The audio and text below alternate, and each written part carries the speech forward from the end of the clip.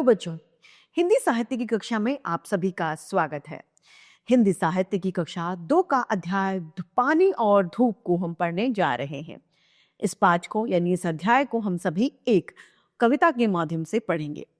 हिंदी साहित्य हमें सिर्फ बोलना यानी भाषा नहीं सिखाता, उसके साथ साथ जीवन जीना, उसकी कला, उसके महत्व को भी हमें सिखाता है। तो आइए इस अध्याय को प्रारंभ करते हैं। ये है अध्याय संख्या 6, पानी और धूप। इस पाठ के पाठ परिचय से पता चलता है कि इस कविता में बारिश का वर्णन किया गया है, यानी बारिश के बारे में बताया गया है। आइए पढ़ते हैं। अभी अभी थी धूप, बरसने लगा कहां से पानी। अभी क्या था? थोड़ी देर पहले ही अभी क्या धूप खिली हुई थी, सूर्य चमक रहा था और अब यहाँ पर बारिश बरसने यानी पानी बरसने यानी वर्षा कैसे होने लग गई। किसने फोड़े घड़े बादल के कि इतनी शैतानी।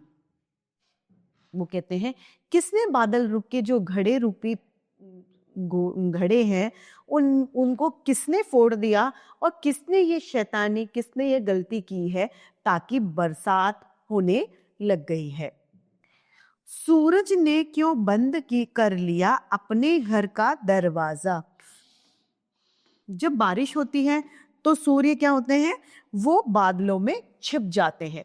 तो कवि कह रहा है कि वो ऐसा लग रहा है कि सूरज ने अपने घर के दरवाजे बंद कर लिए हैं ताकि उनका प्रकाश हमारे तक नहीं पहुंच रहा। उसकी माँ ने भी क्या उसको बुला लिया कहकर आ जा। क्या सूरज जो है, सूर्य देवता की माता जी ने भी उनको कह दिया है कि बेटा अब तुम आ जाओ अंदर, ऐसा है। जोर जोर से गरज रहे हैं बादल हैं किसके काका। जरा बताएं, जो बादल गरज गरज कर रहे हैं, जिनसे आवाजें आ रही हैं, वो बताएं किसके काका हैं। किसको डांट रहे हैं किसने कहना नहीं सुना माँ का।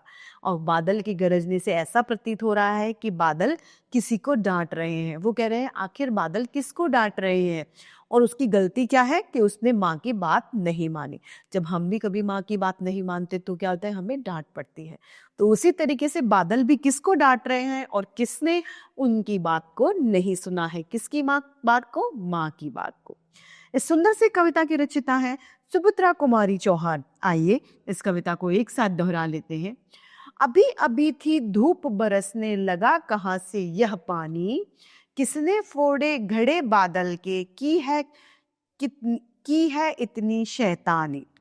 सूरज ने क्यों बंद कर लिया अपने घर का दरवाजा।